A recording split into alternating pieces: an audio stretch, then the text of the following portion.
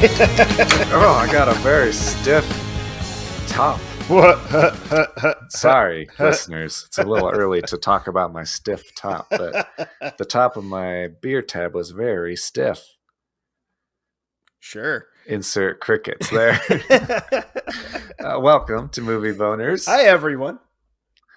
We have a very dreamy episode today. Would you agree with that? Okay. He's figuring out if he likes his beer or not that he I am just drank. figuring that out. A very dreamy episode. Yeah, it is. Yeah. So what beer did you get for our dreamy episode today? All right. So my beer was kind of an accident. Okay. I went to get like a fun, because Texas has a ton of beers down here that are like blonde ales. Yeah. They're all like, if you're into that sort of thing. if you're into that sort of thing. But I was like, well, this is an easy one to prep for. And then I went to the liquor store. I was buying my beer, and I thought I grabbed one of the blonde ales. I didn't. But it kind of worked out. And before I got on the stream, I was like, oh, this works. It's called Yellow Rose. It's from Lone Pint Brewery. And I was like, oh, she's oh, there's a camera. Oh. Yeah, like, spin it around. That's fucking glare. I was like, oh, she's pretty, right? Yeah. And then I actually read the rest of the title. And I was like, oh, this fits. Oh. A little too much. So it's called Yellow Rose Smash IPA. And I was Smash. And I was like, oh, yeah, it's sick. Cool. Well, that's good. I was like, for well, you, that's I a guess. happy accident. Well, mine was very much on purpose.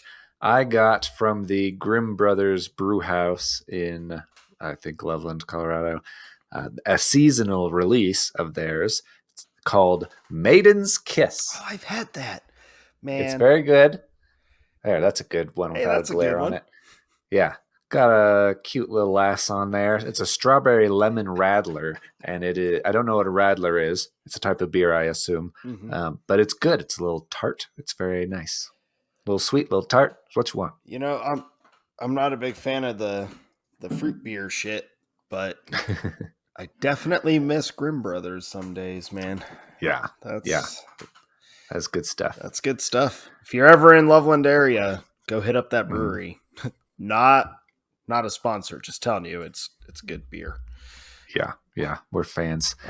Yeah. All right, so Jake, let's go let's check in with your favorite thing. Yeah, I beat you to it. Oh, yeah. You sure did. I'm so proud of you. You're on top of it. Yeah, it's my favorite thing because I am the reigning defending world champion of the world. Yeah. And I took the lead in the IMDb rating. I know. Because 2 movies that came out this week are actually very good. One is no surprise. One is a surprise, I would say. Yeah, I've been dreading this weekend, but at the same time looking forward to this weekend for a long time. Mm-hmm. I was super stoked for John Wick to be showing up. And then I started seeing everyone being like, it's possibly the greatest action movie ever made. It's amazing. Mm-hmm. And I looked at the rating for it on Tuesday, and it was at a 9.0. And I was like, shit. Yeah, it is pretty amazing how high it's rated. It's the best movie of the year by far so far. Like, there's no competition, which is just kind of infuriating to me because you had that last year. And I'm like, enough is enough. It's funny. I assumed it would be a 7.4 because all 3 previous movies are exactly a 7.4. Right. But for it to be much higher, that's pretty amazing. Yeah. And the Rotten Tomato, the critics in the audience agree exactly as well. So it's so annoying. It's very good. Very, very good. I have not seen it, but I'm very excited to see it. Also, Champions came out. It's much better than expected at a 7.1, so that's good. And the audience have it at 95 versus the critics, so that helps a lot as well. Which is so weird to me because, like, every time I saw the trailer, all you heard in the theater were people being like, they remade The Ringer? What? Right, exactly. And it's a higher rated than The Ringer. Yeah, so I'm a little bitter. It's a little bittersweet this weekend for me. Yep. Well, let's see. You are less than 200 million away from $1 billion. So the race is on to be the first one to $1 billion. You're 150, 140, 136 exactly $1 million away from that. However, Ant-Man's kind of at the end of its run. Yeah. Scream might get 30 million more. Shazam is struggling. Yeah. And you don't really have any major movies until Fast X comes out in May. Yeah. So Go it's possible me. I could it's a race for sure, but I'm right behind you, and I could definitely pass you in the next I think 4 to 6 weeks. I think you're gonna pass me very soon. Yeah, especially if the buzz from John Wick keeps right, because getting around. chapter 4 is apparently slated to be massive. Yeah, and that's and annoying. I think every movie that has come out of the 3 before this one, it's doubled the previous movie's box office.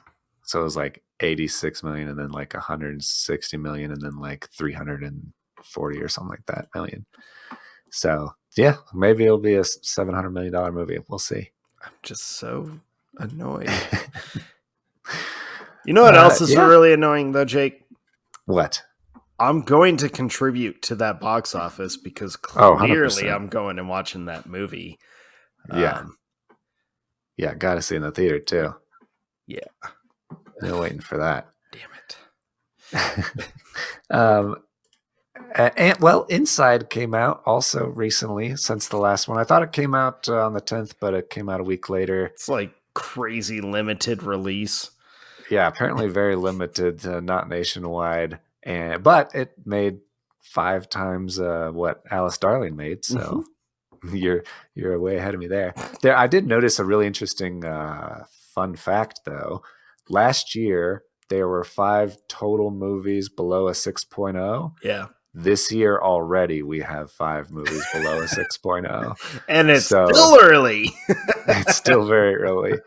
So I don't know if that's a good sign. That seems bad to me, but we'll see. We'll find out. So yeah, that's the draft. Yeah. Have you seen any of these movies recently? I have. I thought you may have. So my daughter and I, we did a double feature weekend. So we saw Shazam and we saw 65. Shazam, it's like not great. It is what it is. Like it was fun. It has good moments. It's got fun moments in it. I didn't hate it. It was enjoyable. It was entertaining. I do have a little beef with it. And I'm kind of shocked that fans of the franchise, especially like Man of Steel fans, or not just Man of Steel, sorry, Superman fans, Henry Cavill Superman fans, have not been like yelling at the movie for a certain thing that they do in Shazam. I won't say it here. But my daughter and I got out of the movie and she was like, that was fun. I was like, it was cute. Like, yeah, he fights a dragon. That looked pretty cool. And she was like, she kind of looked at me where I was like, all right, I have a little beef. And so I shared it with her because she knows everything. And we had just seen the movie. Yeah. And when I finished talking to her, she just kind of shook her head and went, oh, why'd they do that? And I was like, you tell me, dude. Interesting. Yes. So I won't spoil it, but they do something that I was like, huh. And Jake, it's something that if you ever watch the new Shazam, I think you'll pick up on it instantly, and you will be right in the same boat as me where you're going to be like, what the fuck? That's very exciting. Yeah. 65, though, that movie ended, and I cannot believe it has such a low IMDb rating. I think it's at like a Mhm. 5.8 or something like that. That is Yeah. horseshit. 65 was a fucking blast. Okay. That was a good movie. That was fun. It's a survival film, right? Hmm. But there's dinosaurs. And it's him and this young passenger who doesn't speak English. So they have Mm. to figure out how to communicate. He has to figure out how to keep her alive and survive dinos. That sounds like a It good was a time. good movie. I like Monica, my daughter and I, we were both just like, this was great. Good. I was excited about it, and then yeah, I was a little thrown off by the fact that it I seems to be lukewarm reception. Yeah, I don't get why. I think maybe people were hoping for like nonstop action or Hmm. which there's a lot of action in the movie. I don't know what people were expecting. I don't know. But I'm Huh. like, it delivered exactly what I was hoping it would just off of the preview. I Yeah. enjoyed the shit out of it. I recommend it. I thought it was great. Um, Cool. and then I saw Scream 6. Yep. Have to. I feel like I'm in the minority. Ooh. Didn't like it. I liked it, not Okay. that much. Not the best of the series as Not far as not even close. I think it had the biggest opening of any movie in the Yeah, franchise. like I was very entertained. It made me laugh when I probably shouldn't have Hmm. laughed. Um, I enjoyed it. I definitely enjoyed it. I don't like hate it, but Right. I kind of felt like I found myself thinking at one point during the movie, and I won't say at what point because I don't want to spoil anything. But Hmm. there was a certain point in the movie I was like, "Oh God, I hope this is not the direction they're going to take the franchise in now," because I think Mm. it's a slippery slope. And although it's meta and it fits the narrative, I personally would get really tired of it very quick. Yeah. But watching Ghostface with a gun, that was cool, even if it is just the one part in the preview. But it was still cool. Yeah. I saw it too and liked it quite a bit. I wouldn't say it's in the top half of the franchise, but all of the movies in the franchise are good. Yeah, I did enjoy the increased gore. I thought it fit and was it is awesome and fun. definitely like the bloodiest out of the whole series. Yeah. I did think that it didn't do as much of the Scream meta stuff where it Yeah. has like a perspective and rules and a new set of reasons to be. Mhm. It seemed more of just like I guess, a continuation of the last movie, which Yeah. isn't necessarily bad, but that is kind of Scream's thing. So it kind of was a little less on Yeah, that. I was like seeing everyone loving it. I was on IMDb, like everyone's praising it, just gushing Hmm. over it. Everyone at work that has seen it was like, "Oh, it was great," right? And Hmm. I'm like, Your wife was like, "Oh my god, it was awesome," and I Yeah. was like, "Eh, And she was hardcore against it because she was a big Nev Campbell yeah." supporter. And when she wasn't in it for contract or paycheck reasons, she's like, I hope it fails. It sucks. I hate this. They have to have Sydney in it. And then as she was getting into it, she's like, okay, I really like this. And so, yeah, it won her over. Yeah. I definitely think I liked it. I didn't hate it. I don't know. It just didn't strike me. When it ended, I walked Yeah. out and was like, "Okay. All right." Yeah. Yeah. Anything else? That was it. That was all that I watched. All right. I watched a handful of the new things. Watched Scream 6. Yep. Watched Cocaine Bear, Hell yeah. which was a lot of fun. Hell yeah. Very wild. I wouldn't say it's exactly what I expected. There's a lot of other stuff. I'm like, where is this going? But it was very entertaining and very violent, and it was fun. Yeah. And then I watched quite a few things that are not new at all, but they were new to me because Oh, I'd never had one seen of them. those times, huh?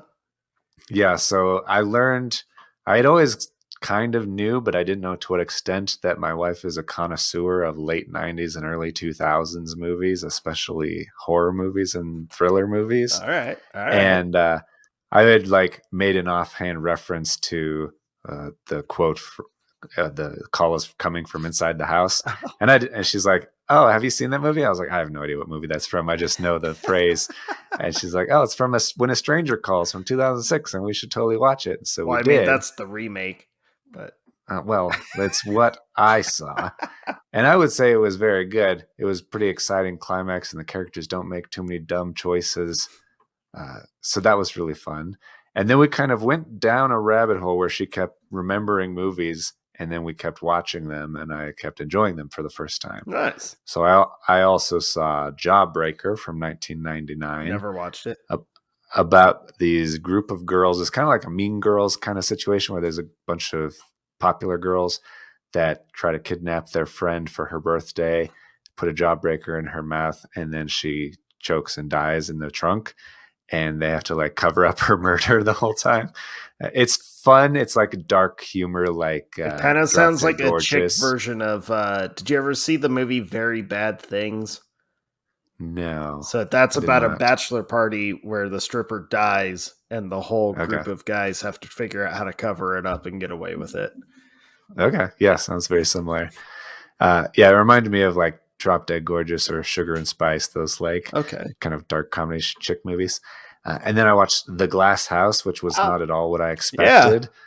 It was scary about these two kids that like get adopted by Diane Lane and Stellan Skarsgård, right? Stellan Skarsgård, yeah. Yeah. And it was very thrilling and exciting and scary. Definitely underrated. And then I watched Fear from 1996. Mark Wahlberg?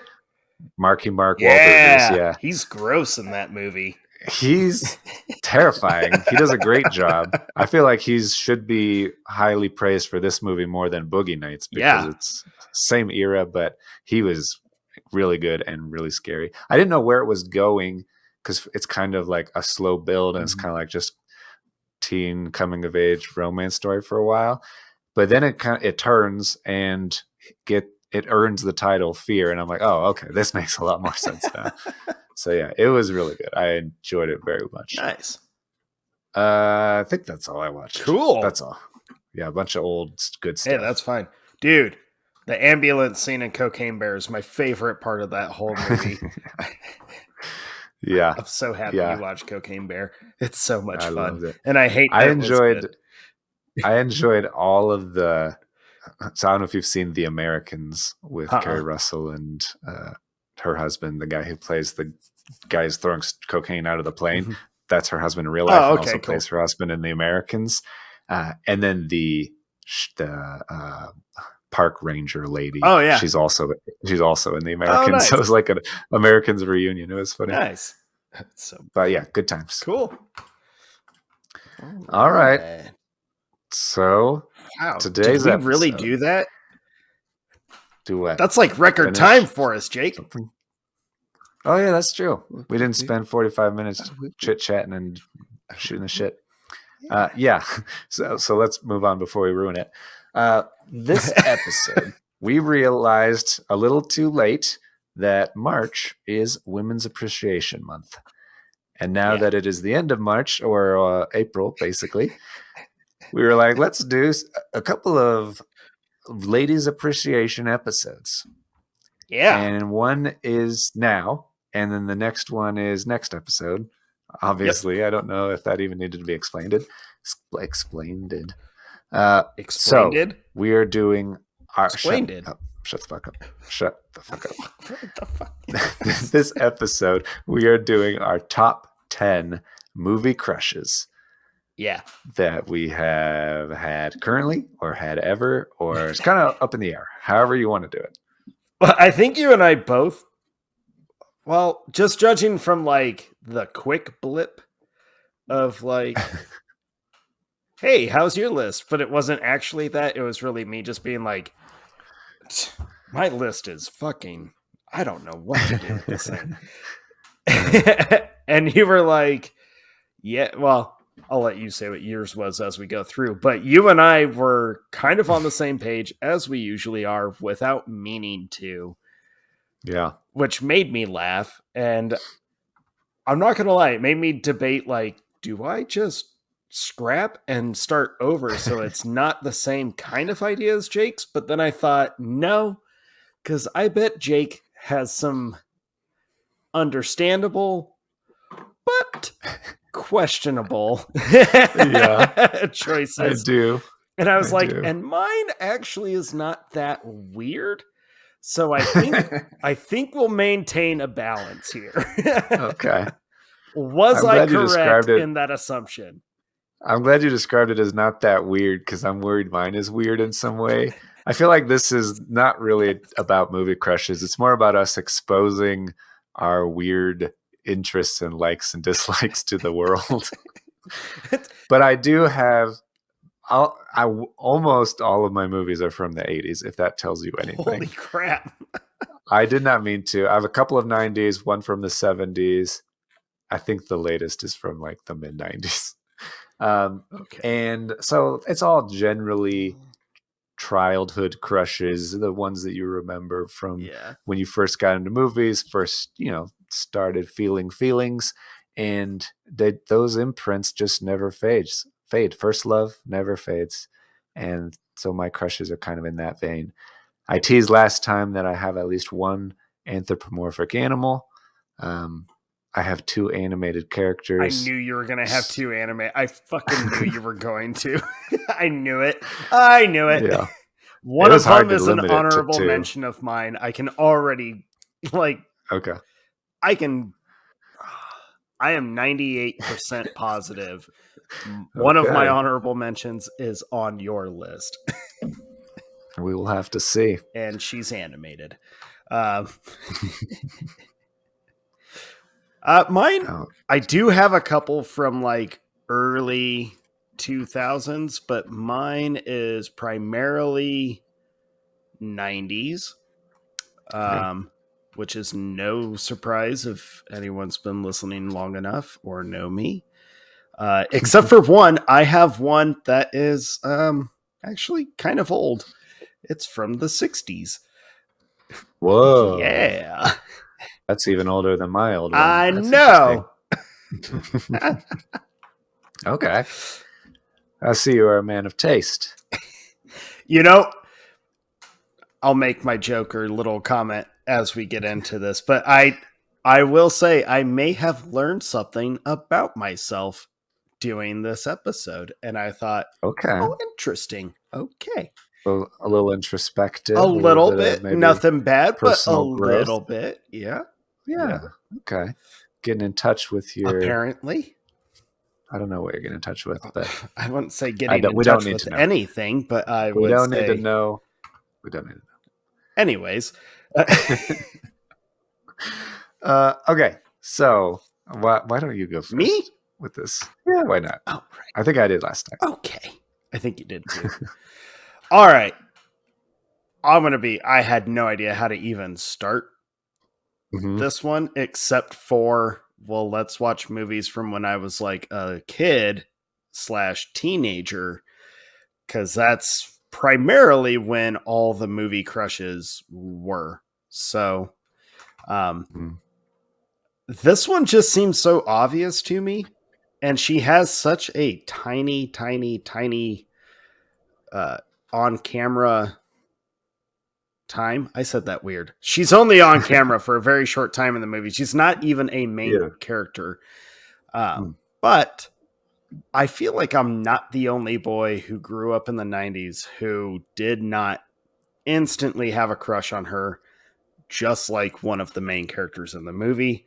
Okay. Even if she doesn't really have a really any dialogue except for a couple scenes, and it's her yelling at the kid because he's funny and devious and Mm. inappropriate. But every boy at that age was like, yes. So my number 10, I feel like this makes sense. It's Wendy Peppercorn from The Sandlot, because Mm. how can any boy who grew up in the 90s who watched The Sandlot and loved that movie not have a crush on Wendy? And when Squint Yeah. fakes his drowning just to get a smooch, you gotta cheer the kid and at the same time be Yeah. like, maybe not do that ever again, but Yeah, I mean, It's Wendy that's a Peppercorn. perfect. Yeah, it's kind of like, especially for those kids at that age, if you're Yeah. also a kid at that age and you just see this goddess on a lifeguard Right. standing chair thing in like her little white The glasses white and glasses, the little it's red bow in her ponytail. Yeah, yeah. You feel no, like that Squints, checks and I out. was just like, she makes sense to me. She has like hardly any screen time. She doesn't Hmm. have any real dialogue, but she just kind of like stood out for me, and I was like, oh, this is such Yeah. an obvious choice. And she might be one of the earliest like movie character crushes I think I ever had. So I was like, I feel like I owe it to Wendy. I love you. Wendy, if you're out there. Wendy Peppercorn, if you were real, I could be your Squints. Except I don't wear glasses. Well, I'm sure you would for her though. Maybe. Okay. That's a great choice. That's definitely kind of the classic motif that I think we're going for here. Mine is not like that at all now. That seems very obvious. Mine may not. It is, although I will say my number 10 pick is a literal vixen. And that's wordplay if you know that a vixen is a female fox, because my 10 pick is Maid Marian from the animated Fox and the Hound. Oh no, Robin Hood, the other fox. From the Fox and the Hound. I got foxes on the brain. We are learning a lot about Jake tonight. The animated Robin Hood from 1973. She is just so sweet and wholesome and kind of, she's very pretty in the way that the kids are like playing and they shoot the arrow over the wall, and she like doesn't get mad at them, even though they're in her castle. She like starts playing with them and plays along and plays the damsel in distress and kind of tells them all about how she loves Robin Hood. And I don't know, it's just very sweet. And then her love for Robin, even though she hasn't seen him in a long time, doesn't even know if he loves her back, but then pleads for his life, and it's just very touching and sweet. So I don't know. She's just always been like, on the subject of animals, I almost put Lola Bunny up there from Space Jam, but I thought that was just a little bit too. She didn't have the depth of character that I feel like I need, and Maid Marian definitely does. So she's just kind and maternal and just a classic example of a damsel worthy of the hero fighting for her, and I don't know, just a strong lady that you want to fight for. So that's funny to me because Yeah. she's not on my list. It's an amazing choice. Maid Marian and Prince of Thieves was almost on my list, but she's an honorable mention. So, okay, because she's awesome in Prince of Thieves, she's gorgeous. She's there for Robin. She's strong. She's strong-willed. I mean, she gets in a sword fight with him. She tries to kill him. It's not a spoiler. Don't worry. I think that's awesome. That's a cool though. part of the character. But yeah, Maid Marian and Disney's Robin Hood. Jake, I feel like you were trying not to say that she's absolutely gorgeous because you didn't want to sound weird, but she is. She is very. When they do that close up of her where she does the like slow blink, and you're like, yeah, I think there's something wrong with me because that is crazy attractive. Yeah, I don't know. Whoever was animating her, they got the eyes and the eyelashes, and they knew what they were doing. Yeah, they did. I think it's at least less weird to say that she's gorgeous as a fox. She's all like covered up. She's not like right. She's not like Ariel from The Little Mermaid or something where you're like, well, she's just hot. Like she's a gorgeous lady, but also classy and civilized, and her voice is amazing. She always reminded me of Audrey Hepburn, but it's Monica Evans who only did a couple of animated movies. So yeah, I think that's Mary fantastic. Marian, the fox. That is a great pick. She's foxy. I'm so proud of Thank you. you. My next one is not wholesome at all. Okay, good. In fact, mine, you could say, is like the ultimate temptress.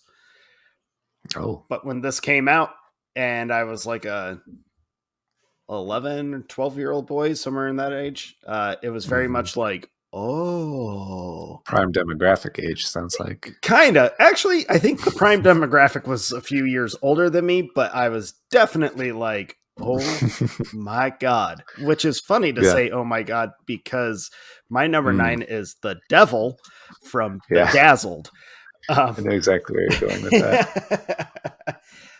yeah, Elizabeth Hurley as the devil, Mm. stunning. Oh, Yeah, exactly what you would expect the greatest seductress to be. just stunning. But you know what's funny about that character? Have you watched Bedazzled Not in a recently? long time. Okay. No, I need to. I encourage you to watch it because yeah, Especially with the Brendan Fraser yeah, renaissance that's with the happening. surge of Brendan. Yes. Um she's not, don't at me. I know she's the devil. She's not evil at all in the Mm, movie. She does okay. nothing that's actually evil in the movie. All she Okay. does, everything she does to Brendan Fraser's character, it's all just testing him and kind of getting him to learn a life lesson. It's kind of Yeah, funny. that's what I remember is that she's teaching him a lesson basically. Yeah, but she's gorgeous. Um, yep. That's all you need to I say. mean, it's the devil. She's Yeah.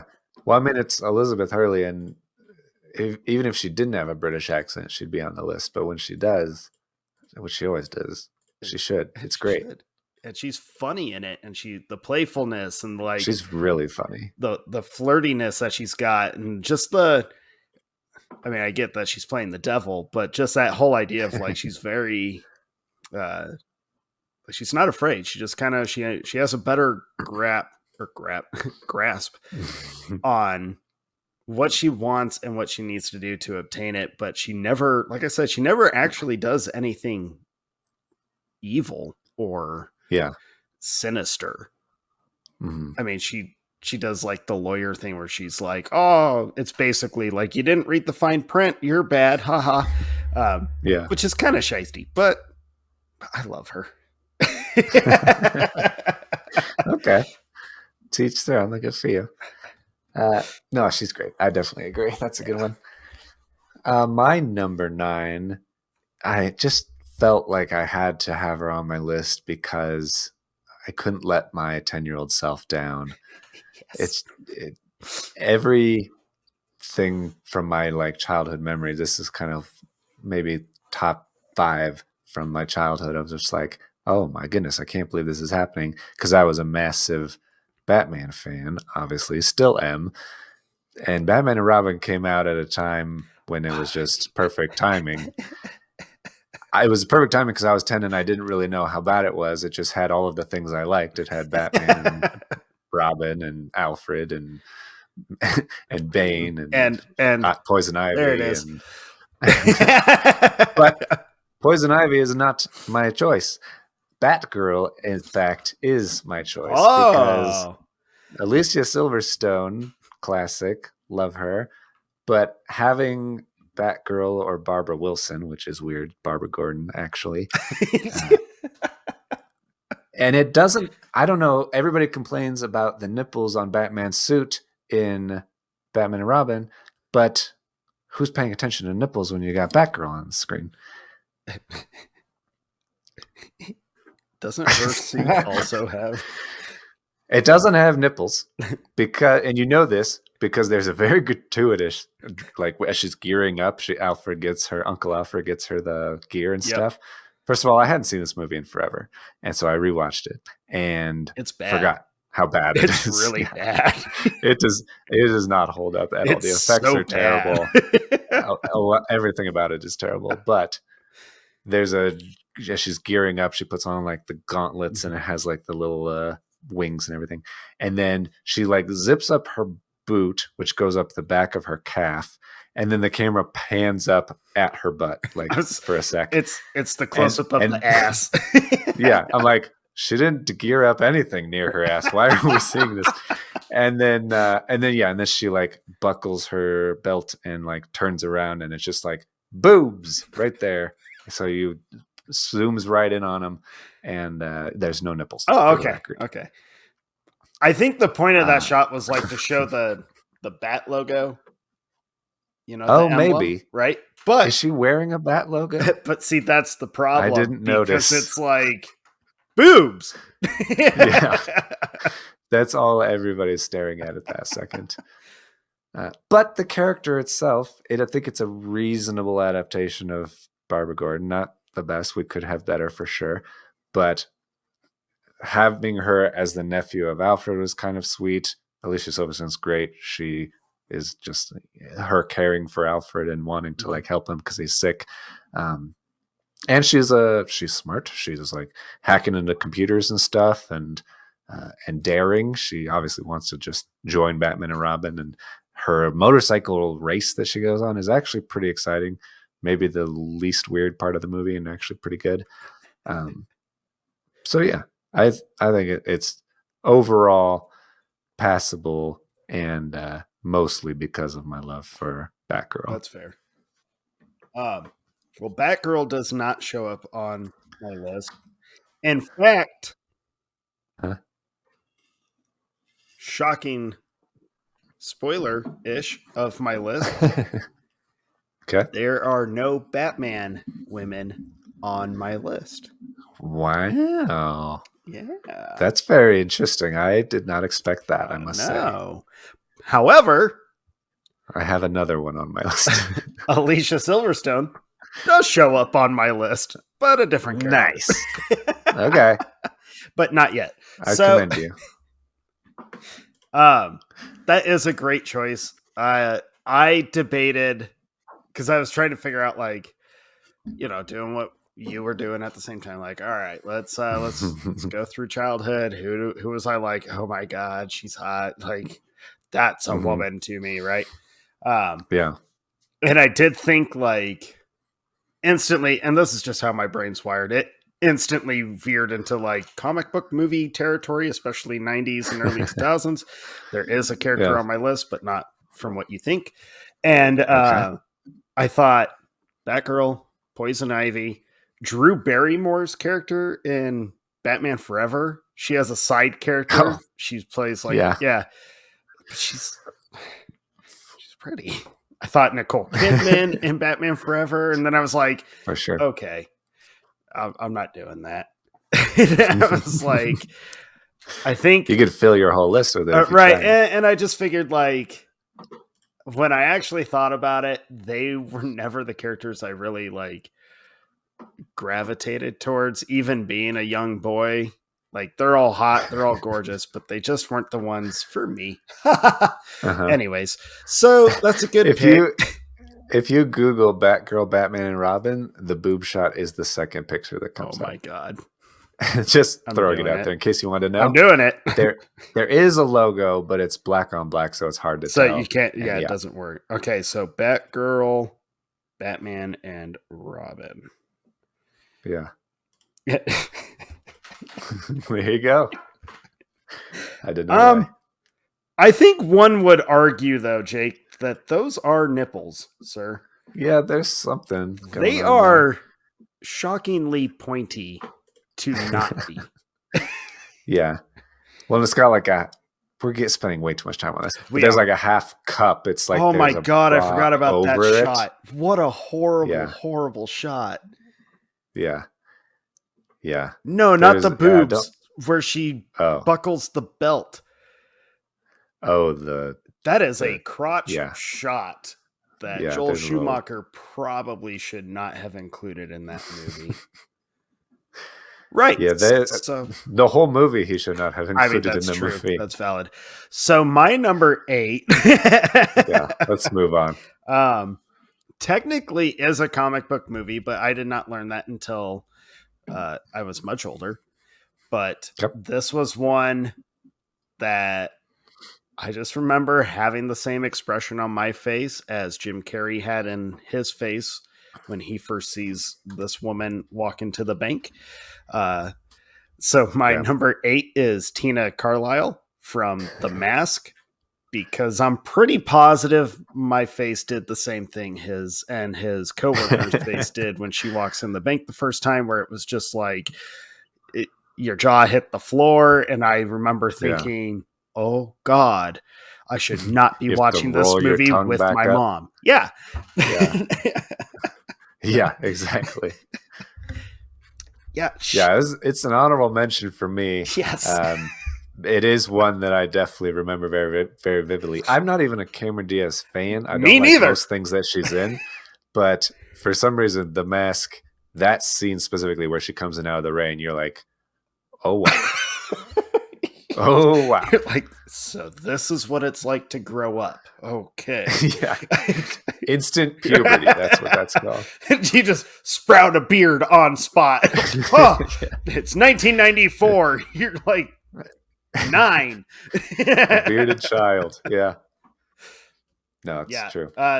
She's actually like a decent character in the movie too. They don't I guess my memory thought she was kind of like nothing but damsel and not very smart, but she's actually kind of an intelligent character trying to get herself out of a bad situation.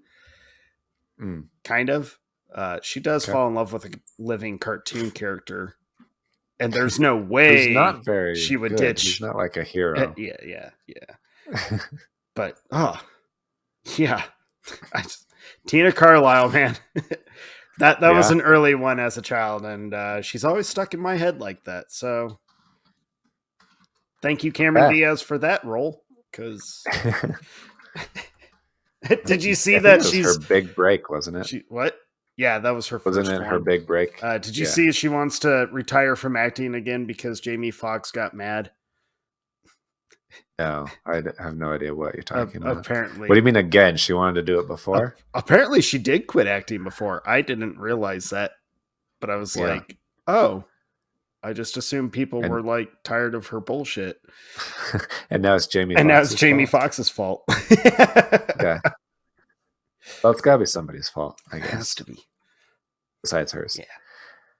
Yeah. My number 8 is going to redeem me from all of the butt and boob talk we had a second ago, so don't turn off the podcast, feminists.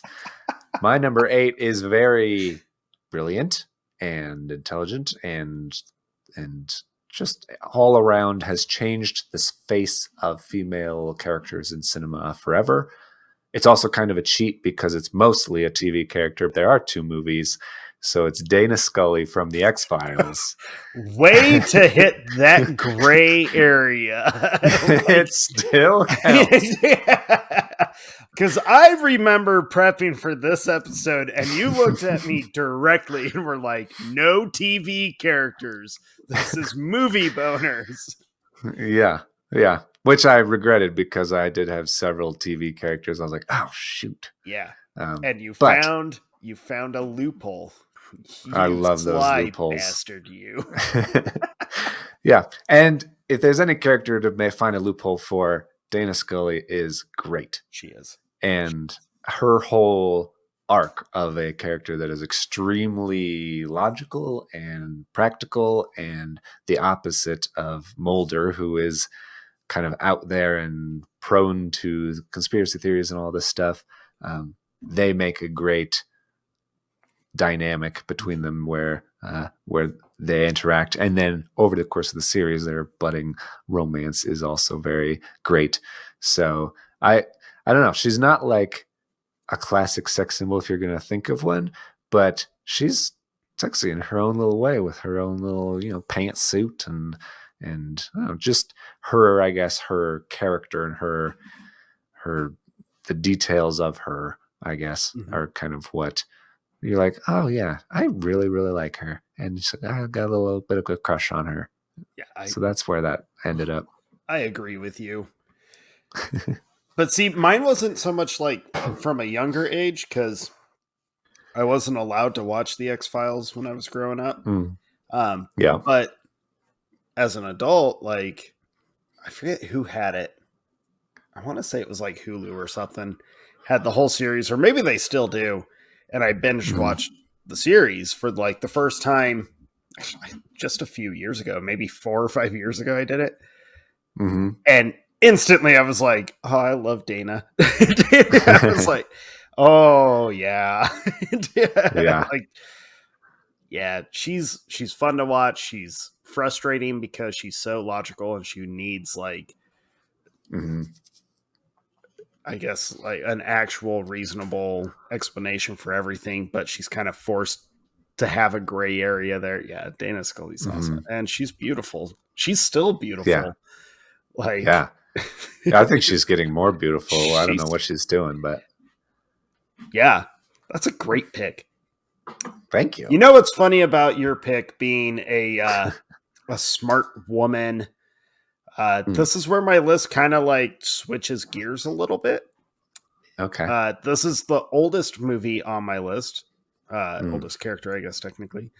And she's a character that I think if you're not paying attention to the movie, you take her at face value, where she's not really smart, really doing anything, but her whole purpose, which comes out towards the end of the film, is super endearing and Mm. very kind of like for the guys out there or for the people out there that are like, hopeless. She's the Mhm. kind of character I feel is good for people like that to watch because she has such a like genuine care and tenderness to her that she just never actually exposes because that's not where the focus is supposed to be until the end. Anyways, so my number 7 is Stella from the original Nutty Professor. She plays Okay. the college student that Professor Kelp kind of falls in love with, and she's the whole reason he comes up with this alter ego, and I just love watching her hate this alter ego the whole time, but she knows like there's a connection somewhere there, and she spends the whole movie just trying to put up with it and figure it out. And Yeah. her and Kelp have like a really great genuine moment together towards the end, and it's just I love her character. I've always loved her. Um, and like I said earlier, she's the kind of character that was written to kind of not give the audience the focus, but when she has her moment, it's very much like, oh, and she's smart. I mean, she's a college Mhm. student going through like college courses for science and physics and all this stuff. She's great, and she's stunningly beautiful. Yeah. Yeah, it's been ages since I've seen the Nutty Professor from 1963 um, with Jerry Lewis, but yeah, she is knockout on there. Yeah, and she's like, there's not a single scene where they're trying to emphasize or like accentuate anything. She's very like it's just I think that's telling where like that kind Yeah, of beauty actually can be, not to get preachier on the sandbox, but she is drop dead gorgeous. yeah, you don't have to over sexualize her Right. or make it about anything more than just let her be herself, Yeah. and she can kind of have that magnetism. That's even better. Yeah, that's a classic pick. I like that a lot. Yeah. Yeah. Um, well, I guess if you had your oldest character, this my next movie is from the 80s, but the character is from the 50s, so it then is one of my oldest characters as well.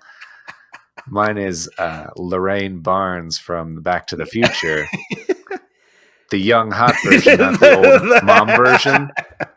You had already like made sure you specified she's from the 50s, not the Yeah. 80s. Yeah. Well, I was reading my list to my wife because she wanted to know who my choices were. And I realized I should put that caveat in there. I was like, I should write that down. That's funny. The young hot version, not the old mom version. So, yeah. Yeah. Leah Thompson in Back to the Future is like, well, it is an interesting part of the story that she almost destroys her entire family because she's a horny teenager. Yeah. she's like the horniest teenager you've ever seen at that point, especially for me in my life. I'm like, what is wrong with her? Is she sick? What is happening? That's her But son. I kind of like it. Yeah, I don't know, especially in those like it's the 50s, so it's already kind of you're not supposed to be super like into sex or necking in the car or whatever that they did Even though back they then. all did it. Yeah, but on like TV and movies, it was always very separate beds and I Love Lucy and all that stuff. So I don't know, it felt, I guess, maybe a little taboo or something. Mm-hmm. She's just very great. And then, but you're also like, you don't want her to like make out with Marty. You're like, this is bad. You shouldn't do it. Not just because it's her son, but because it will just like he will disappear from Right. the It'll earth. And destroy the whole timeline. yeah. So I don't know. It's just a really fun thing. And she's really great at it. And she's really hot at the same time. So Yeah. how can you not have a crush on her? That dress that she wears to the dance is, yeah. Yep. Yeah, when she's like comes out of the car and she's got like the ruffles all over. Yeah, I know what you're talking about. I like that pick, sir. I like that pick very much. Well, my number 6 is Alicia Silverstone. Nice. And Jake, I had to laugh when I put this particular character of hers on my list because it might not be the one you're expecting me to say. But it made me laugh because I was like, God damn, we have mentioned this particular movie so many times. We have praised it so many times and gushed over it over and over again. Yet we've never had it show up on any of our lists. But she finally makes an appearance, or the movie itself makes an official appearance finally on one of mine. My number 6 is Eve from Blast from the Past. Yeah. I love Eve. I love her. Yeah, I know exactly what you mean. It was very hard for me to choose between Batgirl and that one because that is kind of the first one I think of when I'm like, oh, yeah, she's sweet and kind of resistant and a mess, but yeah. Through it's the like arc, I an think she gets attractive better. mess. Like you get where she's coming from. You Mm-hmm. know where the story is going to go, so you're not too worried about things. But I just like how she just kind of accepts, like, I've got this guy who has no clue about the world, no clue about anything. She kind of takes him under her wing, but without like pampering him or I guess babying him. She's still pretty blunt about quite a bit when it comes to Adam. And I actually like that. I think her character is just, she's fun to watch. She's gorgeous. And it's cool to watch her grow from being very resistant and very like anti-connection to kind of she's learning. So jaded. Yeah. She's so jaded in like the 90s. She's kind of a victim of that culture and she obviously hates it. She hates how douchey the guys are and how all these rules. She's like, it sucks, but there's nothing I can really do about it. And then she meets Adam, who's so wholesome and nice and too good to be true, basically, that she doesn't believe it. And then when she does start to actually trust him and believe it, she's like, oh, I'm the asshole for not believing him. There's a certain shot where it's her and Adam just kind of like standing together. They're not doing anything real special, but just the way that she's like accepted so much in like kind of a short amount of time, but how she's so open to it suddenly, and just her whole demeanor is like, oh, I like that. I really like that's beautiful, and she's beautiful. And so Eve from Blast from the Past, it's finally on a list. Yeah, it deserves it for sure. I freaking love that movie. And yeah, she's definitely the kind of girl you want to bring home to your parents like he does. Yeah. And the way she's like, you know what? I'm from Pasadena. And she knows how much that will mean to his mom. Yeah. It's just so sweet. It's just so sweet. Yeah. And she's way smarter than like she even lets herself kind of appear to be. And I love that the gay Yeah. best friend is the one that's kind of like, she's actually doing this. She's actually like this. Just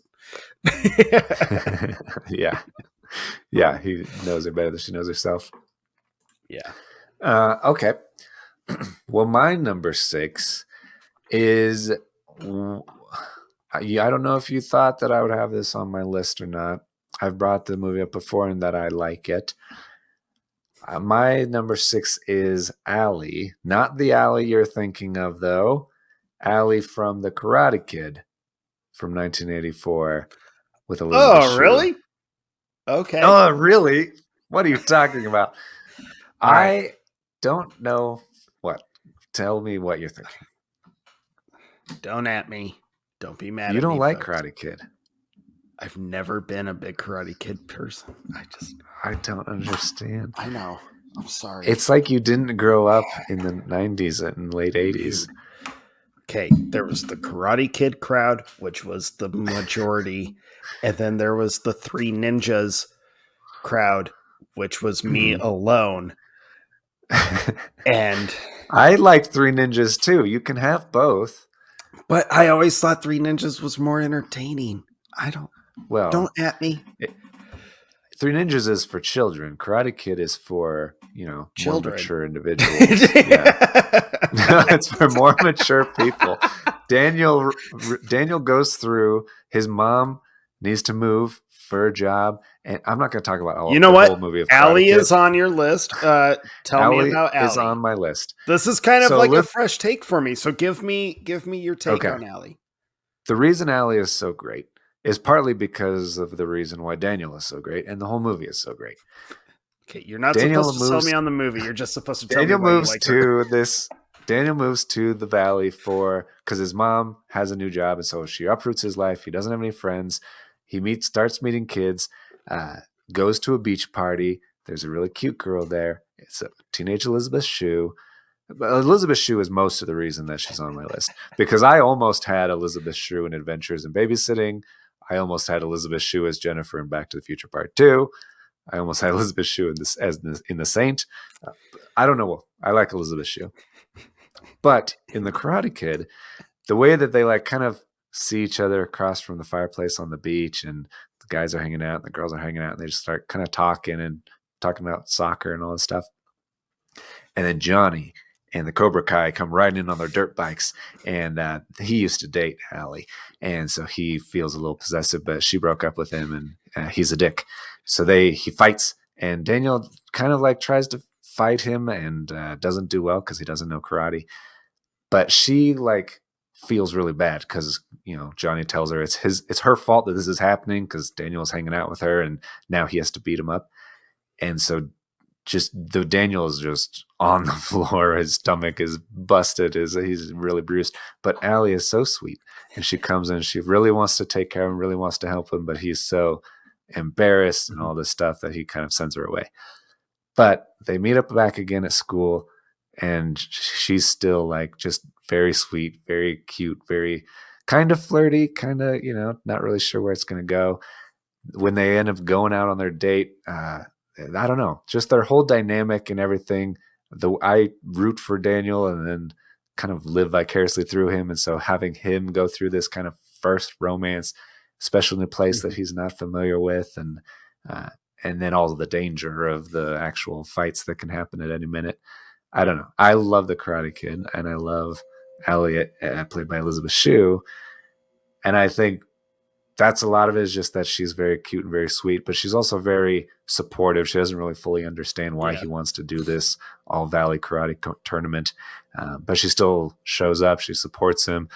Her family's rich, well off, and his mom is driving him around in a broken down car that they have to push to start, and it's very embarrassing for him, but she doesn't mind at all. She's very accepting of that, even though her parents are super snooty about it. So I don't know. She's very great and sweet, and I love her. That's my love letter to Allie. I like that. And you should revisit it because it's better than you think. It holds up 100%. I will revisit it. I promise. Okay. At some point, I will revisit it. Cool. I promise. I believe you. I'm gonna You're a man of your word. I'm gonna get an email from you later. Watch it. And I'll be like, oh, there it is. Yeah, I'm gonna send you the Karate Kid I, in the mail so I'm you can shocked have you it haven't and love it already. forever. Yeah. All right.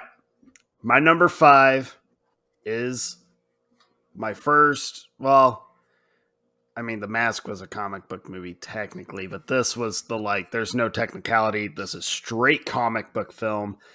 Okay.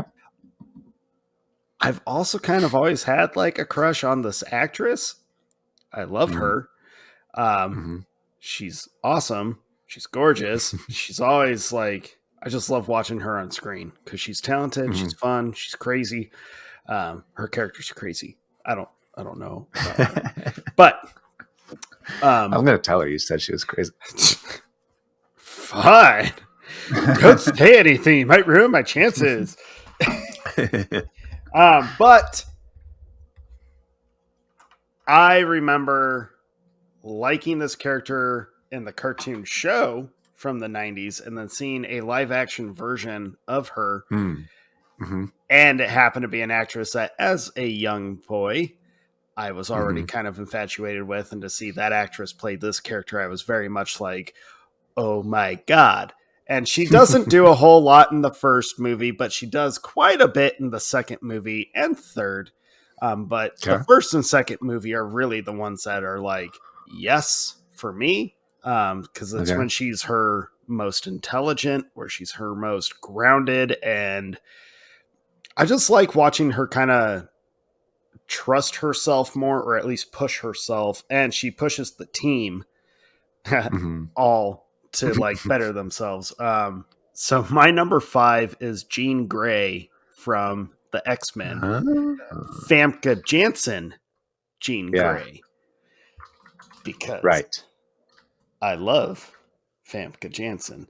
Good chance. Yes, but her Jean Grey is just I've always really admired even the character of Jean Grey from like the comics and the cartoon in the 90s.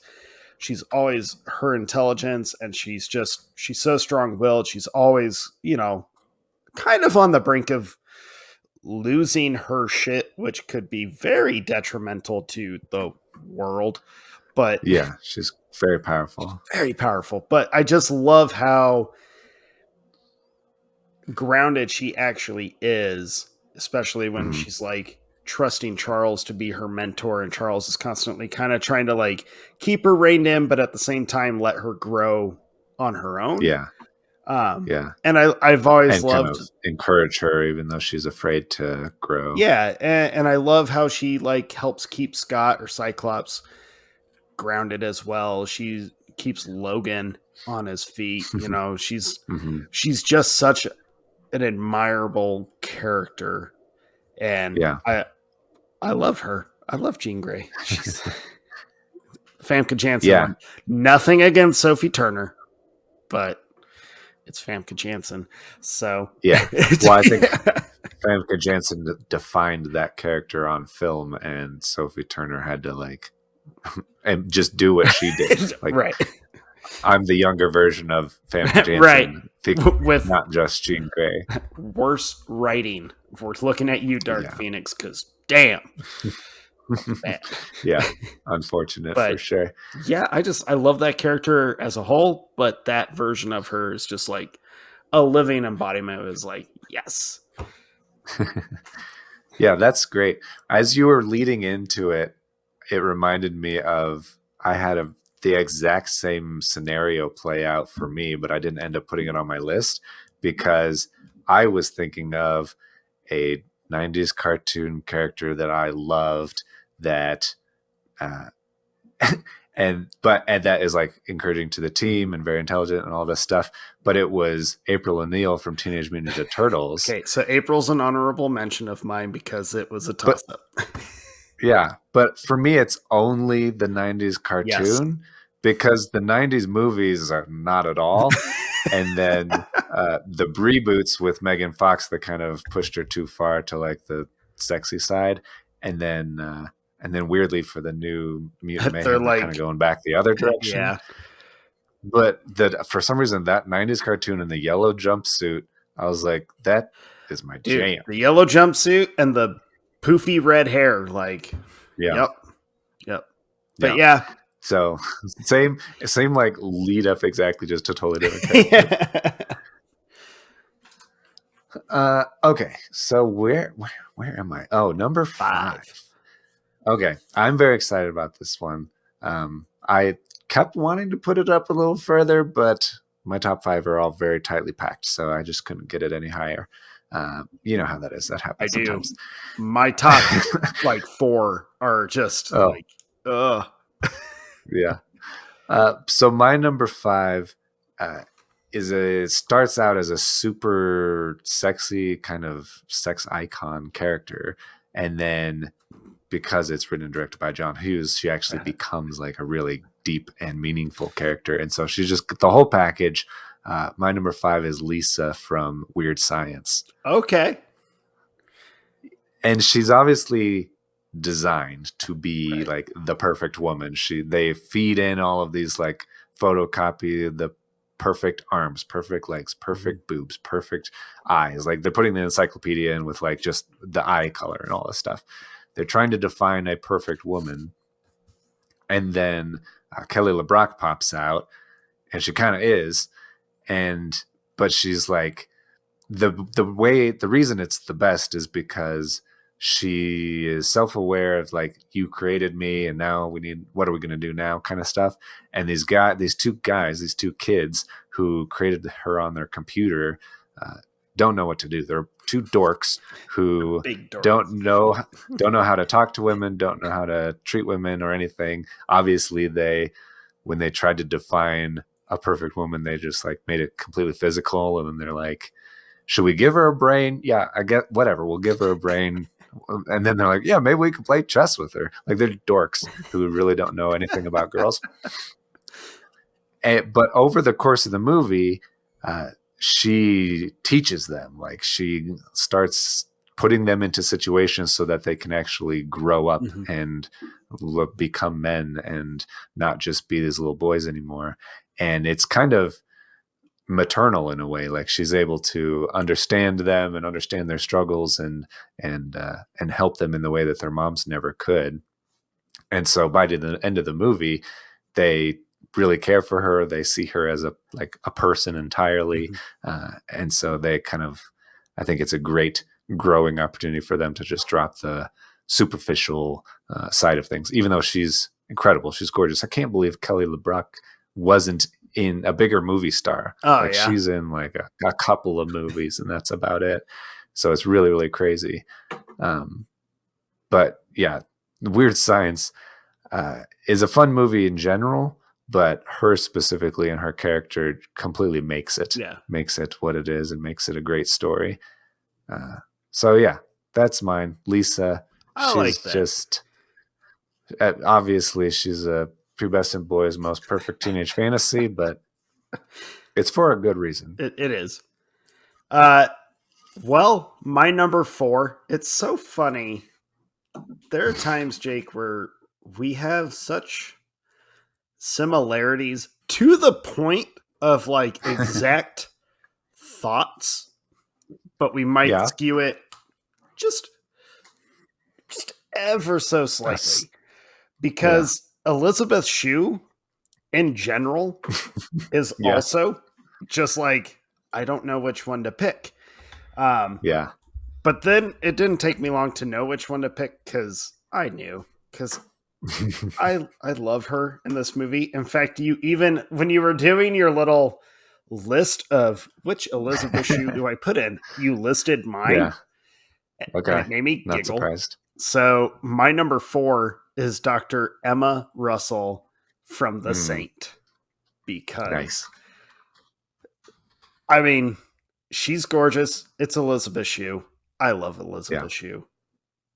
But her character is Dr. Emma Russell. I love her purity and her innocence towards like the chaos, I guess, or the corruption around her, but her integrity and her innocence or anything is only there because she's so focused on her craft, which happens to be this fusion creation that she's Yeah. been working on. She's incredibly intelligent, and she's Yeah. like, So focused on the science that she doesn't think about all the right. other She's like, I peripheral understand stuff. what the bigger picture is, so forget all this other crap. That's what's Mhm. important. I love her character in whole, because she might be fairly innocent to a lot of stuff, but she's still very strong-willed, and she has an Mhm. understanding of what needs to happen when like a dire situation comes up. She knows what to do. She knows how to act, and she knows kind of what's at stake. So she's not, her innocence or her purity has nothing to do with like intelligence. In fact, all of that I think heightens her intelligence levels. I've Yeah. always thought she was such a great character, and she's super fun alongside Val Kilmer in this movie. She just is. Mhm. Uh, but she's one I remember watching The Saint in the theater and just being like, I think I love this actress. Yeah. And yeah, so I think it's funny that we both had Elizabeth Shue and we both had Alicia Silverstone, and we both Yeah. had very similar thoughts on like how we processed or figured out which one we were going to have. But Yeah. yeah, Dr. Emma Russell, she's incredible. I love her character. I love that movie. The Saint is badass. People, if you haven't watched The Saint, it's awesome. Yeah.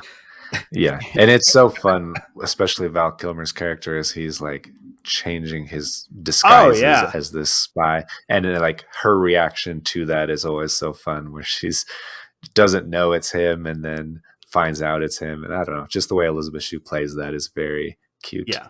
I love her in that, and I love that movie. And I was like, Yeah. that one has always stuck with me, so I knew she was going to be pretty Hmm. high on that list. Yeah, absolutely. You have good taste. I I like that. try. Um, okay, my number 4. This is going to be very dorky Yes. and may show my childhood as a homeschool kid. Yes. I'm pretty sure this is a Canadian TV movie, so not You everybody have has probably another heard of it. loophole on your list. It's not a loophole, it's a movie. It's a character. I've watched this movie It's a 100 made times in for my life. TV movie. That almost I constitutes a ship. It's also Canadian, which isn't a real movie or a real country, but Sorry, the Canada. it's based on a book, and the book is very real. This isn't book boners, but you get the idea. So my number 4 is Anne Shirley from Anne of Green Gables. Have you ever seen this movie? Ever even heard of this movie? Yes, Jake, my mother used to be Yes. obsessed with this. I know exactly what series you're talking about. I've watched said series. In fact, for Christmas one year, because it also happens to be my mom's favorite book, I bought her the book so that she could Okay. watch the show and read the book. I know this Yeah. show. You are a dork. I can't My mom believe. also in. I think, okay, answer me this. Okay. You went with Anne of Green Gables Yes. because it was technically a movie, because it was a Yeah. made for TV film. I had it on video cassette, so I I didn't know it was on TV okay. when I was a kid. Okay. It was a 2 cassette video cassette. Here's my question. Uh-huh. Had Little House on the Prairie, Laura Ingalls, had that been a film, would you Uh-huh. would have had Laura Ingalls over Anna Green Gables? I honestly only watched Laura Ingalls or A Little House on the Prairie a handful of times. Oh, okay. We read the books a ton Yeah. because that's what homeschool kids do. Hey, But we read the whole series in school too, dude. okay, good. I didn't miss out on anything, or you didn't miss out on anything. Somebody didn't miss out. Yeah, my mom introduced me to Anna Green Gables as well, and I don't know. I really love the character, and I especially love how Megan Follows plays her, where she's very precocious Okay. and she just has this romantic view of the world where she's never really done anything, never really been anywhere, reads a ton, and so she wants to she just finds this like romance in the littlest things, like, and it's kind of, I don't know, kind of dramatic where she's, oh, wouldn't it be romantic to just die in this really horrible way? I don't know. It's kind of dark, but also kind of really endearing. And she, because she's so well read, she like just talks in this kind of very unnatural, like normal people don't talk this way. You only talk this way in like 18th century books kind of thing. But she just goes on these monologues that everybody's like, what is this girl doing? She's so weird. And I don't know, her being so weird is kind of attractive. I have a like a thing for precocious, difficult women for some reason. If anybody knows my wife, I think that she fits that bill as well. But I love all three of the Anne of Green Gables movies, Anne of Avonlea, and the third one. I also really like, I had a crush on her friend, Diana Barry. She's also very cute, but again, doesn't have the like, I don't know, personality quirks that just make her a full fleshed out character. She's too normal and nice. So yeah, it's a weird one for me, but Anne Shirley had to be on the list. All right. I'm not judging. I see, my mom loved Anne of Green Gables, but my mom also loved Little House on the Prairie. And I read the whole Little House series as a little, I think I read it in like second grade. We read the books in class in second grade, and then I remember reading them not in class and watching the show. And Laura Ingalls was always more my taste. I didn't bother with Anne of Green Gables a whole lot. So, yeah. I don't even remember what Laura Ingalls on the show looks like. The only part of the show I can remember is Michael Landon and how dreamy he is as the dad. And then how all the bad shit came out, that he was like a horrible human being. Oh, really? Yeah. I did not know that. Yeah. Well, it sucks to be him then. Yep. All right. Run. Good pick, Jake. I'm sorry, I don't have a lot on Anne of Green Gables. But you should really watch it. It's really, I'm just kidding. I'm not going to make you watch it. What was the one? Oh, I already promised you I was revisiting Karate Kid. Yes. I won't let you forget that. I know. You almost did. Where are we? 3. Oh, 3. All right. My number 3, I feel like most people would probably, at least our generation, our age group, right? Most guys would be like, there she is. She is probably the most recent one in terms of when this movie came out, when this character was introduced to all of us. And I'm pretty positive everyone, especially our age, saw her in this and instantly were like, yup, that's amazing. So my number 3 combined a bunch of stuff for me. My love for like monsters and horror, but then my love for action and badassery. And then they put it all into one character named Celine in the movie Underworld. And how could I not have a top 10 and leave out Kate Beckinsale as Celine? Yeah. She is like the ultimate badass to me. Yeah. I mean, it's Kate Beckinsale. She is incredible.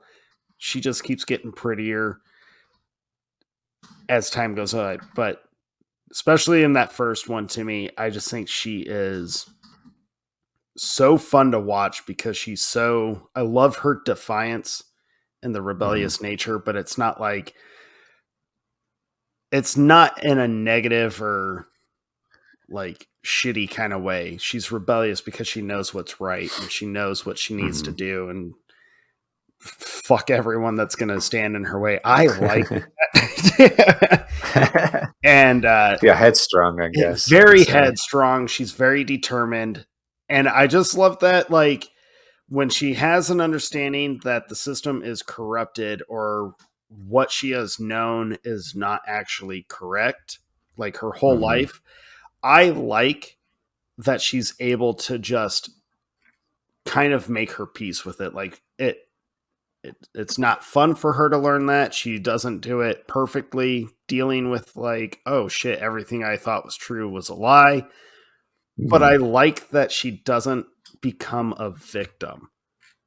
I Yeah. like that they wrote her to not be victimized or to be a damsel in distress. She doesn't, I mean, she literally gets the crap kicked out of her, but she Yeah. comes back almost stronger and angrier, which is kind of cool. And I think it's super endearing. Um, Mm-hmm.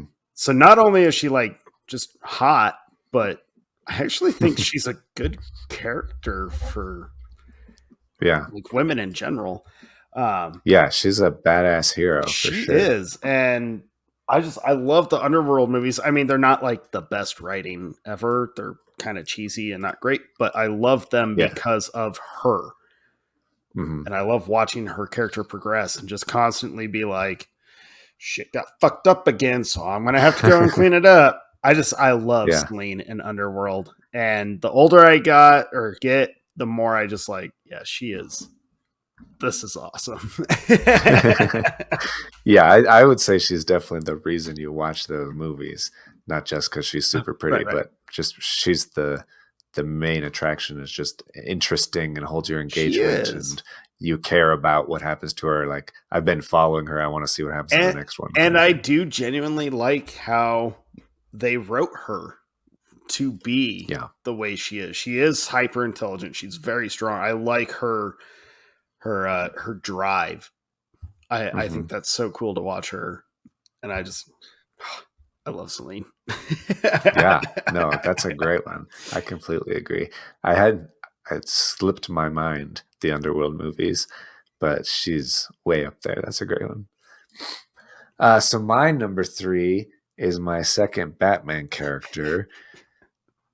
It may not be the one that you're expecting, though. I think it's probably a little bit more underrated. Maybe that's just me being defensive of it. But my number three is Vicky Vale from Batman, the original Batman. Kim I don't Basinger, know. man. There's, yeah, Kim Basinger and I realize most of my movies were from the 80s and they have a theme, which is the hair. They all I have was this like, literally about to be like, so you have a thing for the 80s style hair. All right. that hair should come I back. Like, feel I don't know so why it bad for doesn't. Christy. Have you told Christy that yet? No, I can only I'm imagine going to her tell her looking at you now. and be like, no. I I don't know if it would happen in real life. I don't remember it in real life, but on film, that hair is great on everybody that it's on, and that's why I think it should come back because it's just there's something special about that Yeah. 80s hair. And Kim Basinger has a different hairstyle in every scene that she's in. She's got like the really long flowing hair. She's got like a little braid at one point. The best hair is when Batman drives her through in the Batmobile to back to the Batcave, and she's got like kind of wet, kind of wavy Mhm. hair, all off to one side. I don't know. It's just great. She's really, really great. It may be my first crush ever, as far as like what I can remember. The 1989 Batman, Vicky Vale in that, and like the dress and just everything. And I've always really enjoyed the dynamic. It's like it's the Superman and Lois Lane Mhm. dynamic of, oh, I don't want you to know that I'm the hero, but you're gonna fall in love with me, and then you're gonna see me out of the suit, and you're not gonna be in love with me, even though we are. Um, I really enjoy that, and I really enjoy how Kim Basinger and Michael Keaton play that, Yeah. where she's trying to catch a glimpse of his chin, feels like she knows who it is. He's trying to tell her because he wants to admit, "Hey, I really like you, but I need you to know my secret." Um, and I don't know, they're really cute the way they play that.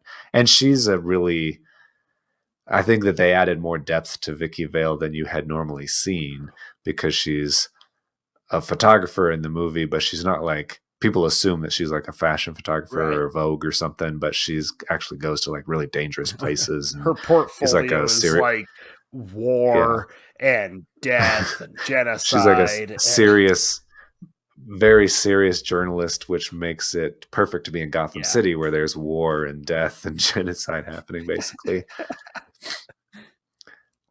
So yeah, it's especially, I think, for hitting me so early on, one of the first characters that was not animated, not a girl my age, was a full-fledged woman. It was just like, whoa, this is what a woman could be. Vicky Vale is that for me.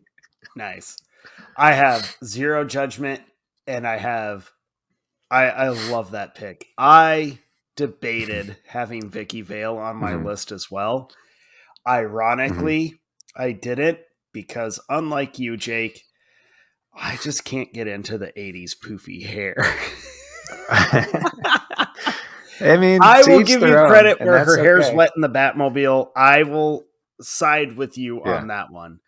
Or the way that she styles her hair in a couple scenes. But the 80s perm, her hair is more mostly flat. It's I would say it's not as puffy as like Lisa in Weird Science, where it's like out there, you know. Which is also hot, by the way. But that hair, not for me. I don't know. But that's okay. Like I said earlier, I also was kind of like, I don't feel this list needs to be overloaded with comic book characters. Sure. And that's true. I had Jean Grey on it because Jean Grey honestly was like that first comic book character brought to live action for me. That was like, whoa, there she is. Even if they changed her suit and hairstyle, but in my opinion, it worked. Yeah, I will say, I know that it is not very in vogue these days to have like a damsel in distress type character, which I'm all for. Your Selenas from Underworld, badass, handle business characters. Those are awesome. But I think that, and Vicky Vale is kind of more of a damsel in distress. She just like gets kidnapped by the Joker and all this stuff. She doesn't really. I think that there is still value in that character archetype, because the whole point of the villain is that he is an insurmountable force that nobody can really stop. Yeah. And so you need a hero to rise up to do that. And the thing that separates the hero from the villain is that the hero has an ability to love and care for the people that he's saving, particularly the damsel or the princess or whoever. And that's the whole mythical archetype. And so I think that story structure, I like it. I think that there's still value in it. And so don't at me that I have a damsel in distress on my list. That's all I'm saying. I don't really have like an issue with the damsel in distress mentality. I think it kind of became like a joke more than what it was actually portrayed as. In fact, honestly, I think Disney probably portrayed more damsel in distress archetypes in kind of a like, well, she's a damsel in distress because she's just not able to get herself out of this, or like she's not able to. I think early Disney cartoons probably put more of a negative light on that archetype than like live action movies or action genre movies where the woman has to be saved. Sure, they had their fair share, but when you watch movies like Lethal Weapon 3, where it's Rene Russo who is in distress a handful of times in that movie, and then she kicks the ever-living shit out of a guy who's like trying to, hurt her. I think women in action films more so than not, and women in comedies more so than not, are actually, you can be a damsel in distress, but it's not like they're victimized for it. It's usually they just happen to be in a You're not helpless. they're not helpless. I think that stereotype or whatever kind of got blown out of proportion, because I've gone back, and sure it exists, but I've gone back and watched old movies. I love watching older films. And there's been plenty of times where I've like watched a movie where I originally thought it was a damsel in distress situation. And then I'm watching it and I'm like, not really. Yeah. Oh, for sure. Like, okay, all right. A little different Yeah. perspective these days. Cool. Okay. Yeah. I feel like that Lethal Weapon 3 reference was not entirely off the cuff. No, it really What? was actually. That was You just thought of Lethal Weapon it 3 really out of did. Yeah, nowhere? no joke, dude. I was like, maybe Rene Russo was an honorable mention or something. Not for that movie. Okay. Well, But no, that I'm really was off the impressed by cuff. I your. thought of that just because, like, I mean, Lethal Weapon is one of the biggest action franchises of all time, and it just popped in my head because Yeah. she becomes kind of a big part of the franchise, even if she's only Mhm. in 2 of the movies out of 4. Mhm. But anyways, oh yeah, I like it. number 2 for me, man. Yeah. I have juggled my number 1 and my number 2 so many fucking times, and I Yeah, had same. my number 2 used to be my number 1, but I had to drop it down to number 2 mainly because I was like, I love this character, and it's one of the earliest characters or movies of this actress's that I remember just being like, you and I have actually talked about this on the show before and off the show, but her character in this movie was the first time that I think, even at a young age when I saw it with my mom, just thinking like the tenderness and the honesty of this character and this actress is just so endearing to me. And just because of that, I had her at number 1. But the more I thought about it, the more I was like, I feel I'm only putting her at number 1 just because the actress is like possibly my biggest crush that has lasted forever. But in reality, I think this character will be a little lower, even though I love her. Okay. But Jake, Yeah. you really think I would have a top 10 movie crush and not have Sandra Bullock show up on my list? Yeah, I knew that had to come up. I was like, Jake's probably he knows she's going to appear, and he's probably just like, well, which one? Jake. If you listen to our Sandra Bullock episode, you'll hear Dustin say, I love Sandra Bullock about 100 times. I love Sandra Bullock so much. I love Sandra Bullock. This character is also one that you love as well, Jake. I'm not saying she's on your list, but I know you love her and you love this movie because it's just such a sweet, tender film, and her character is so perfect.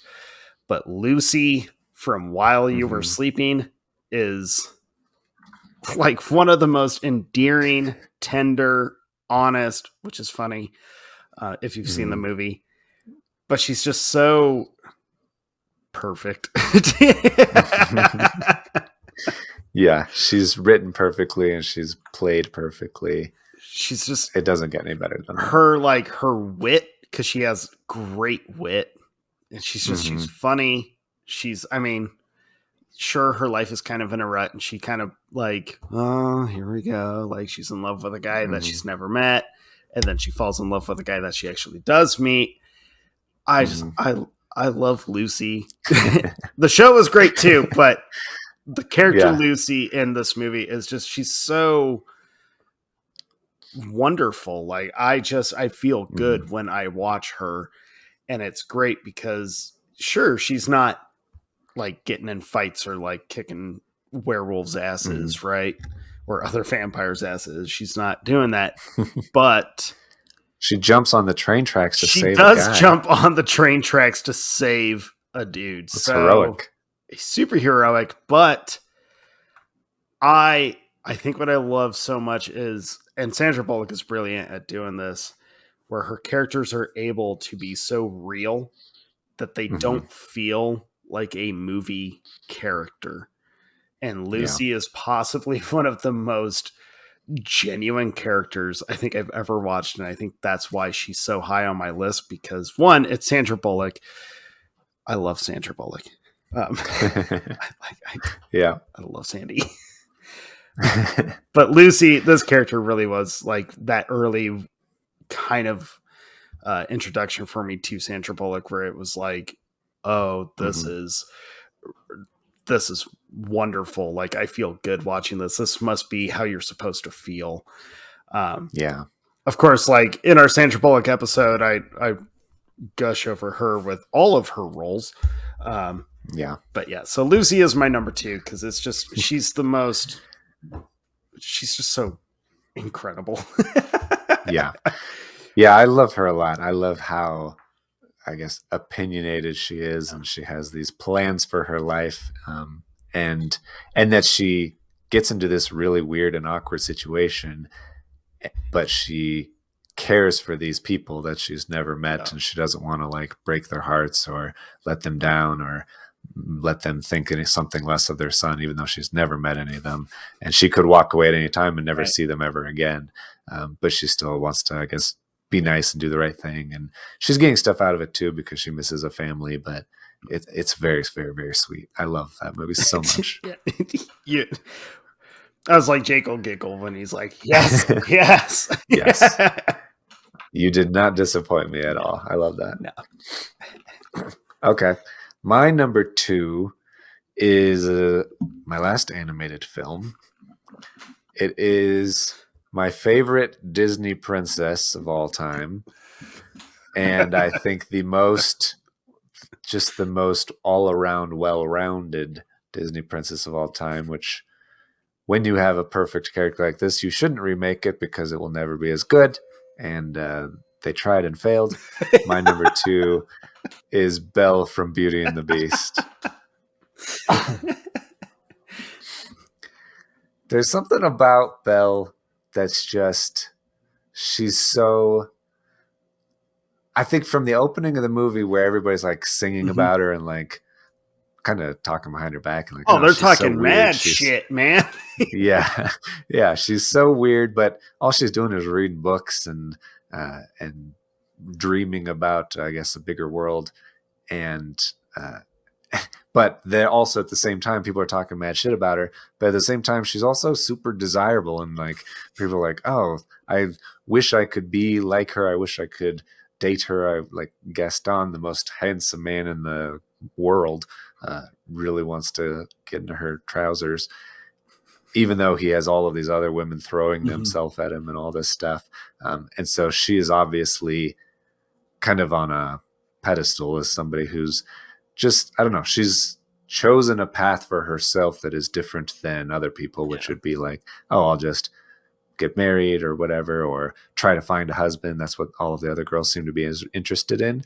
But she's really interested in just learning, reading, and caring for her dad and all this stuff. So she's very sweet.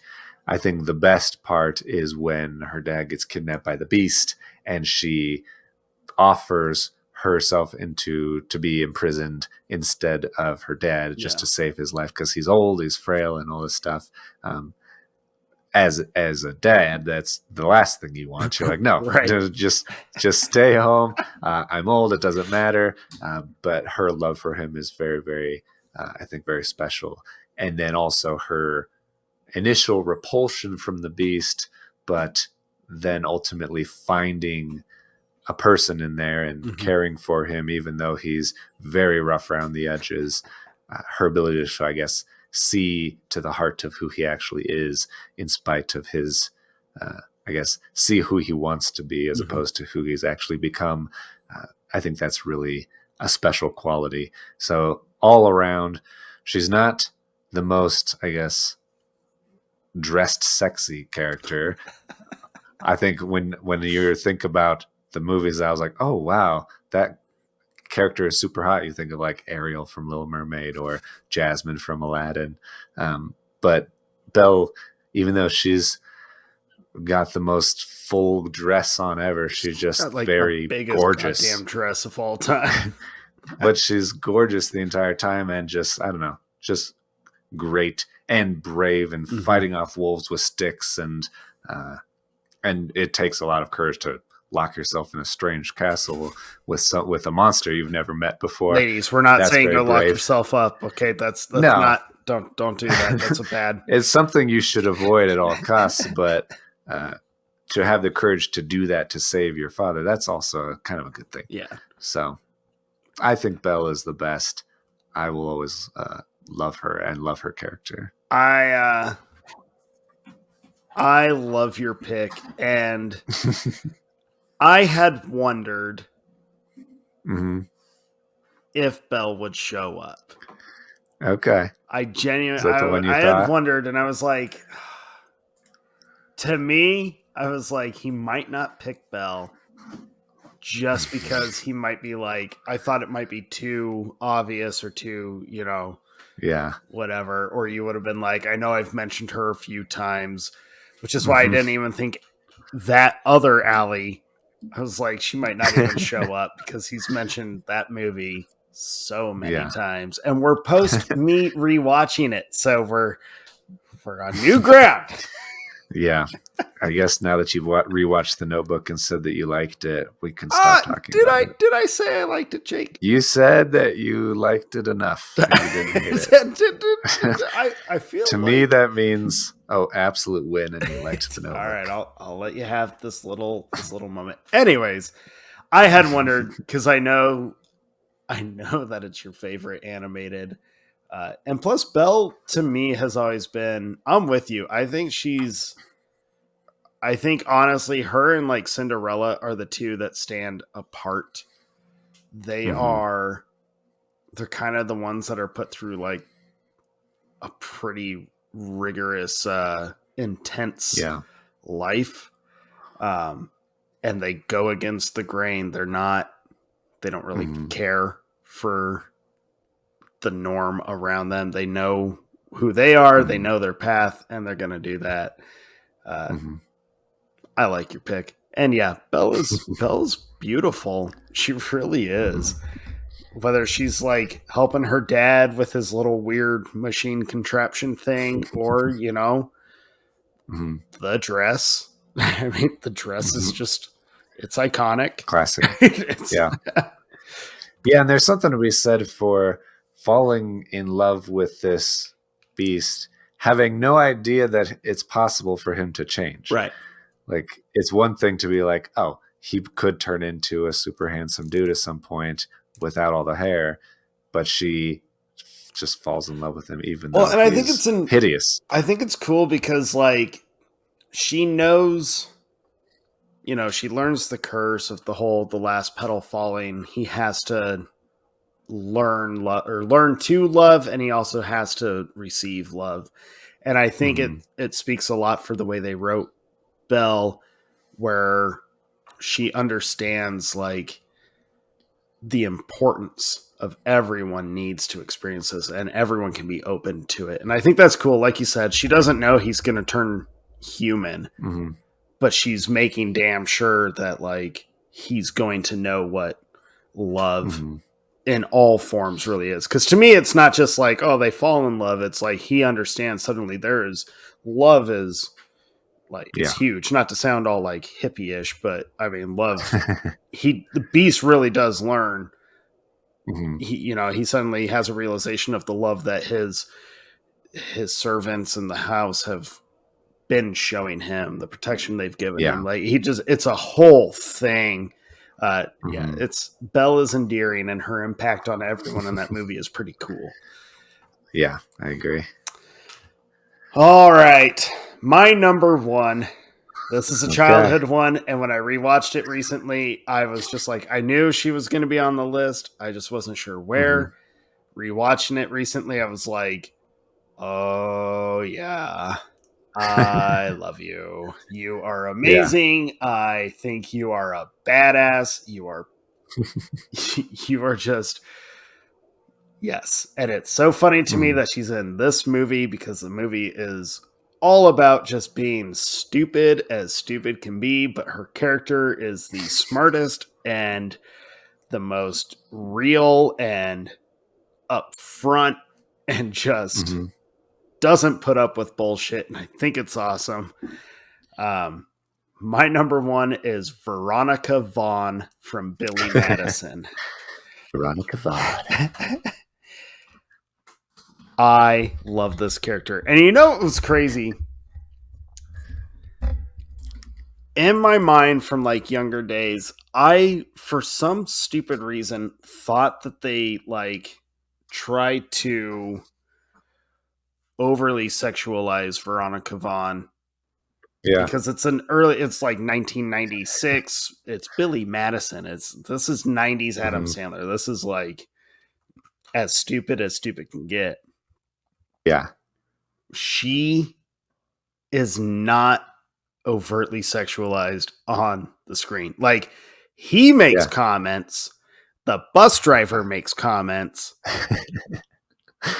No yelling on the bus. I love that but movie. but Miss She's a Vaughn teacher. as Like a she's dressed whole, like a teacher she the whole is a time. teacher Yeah. through and through. And she's crazy intelligent. I mean, she's a teacher, and I love Yeah.